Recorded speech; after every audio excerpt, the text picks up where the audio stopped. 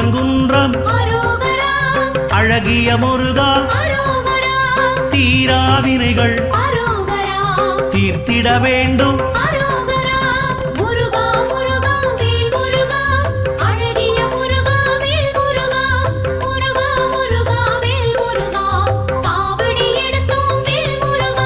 சுவாமி மலையனே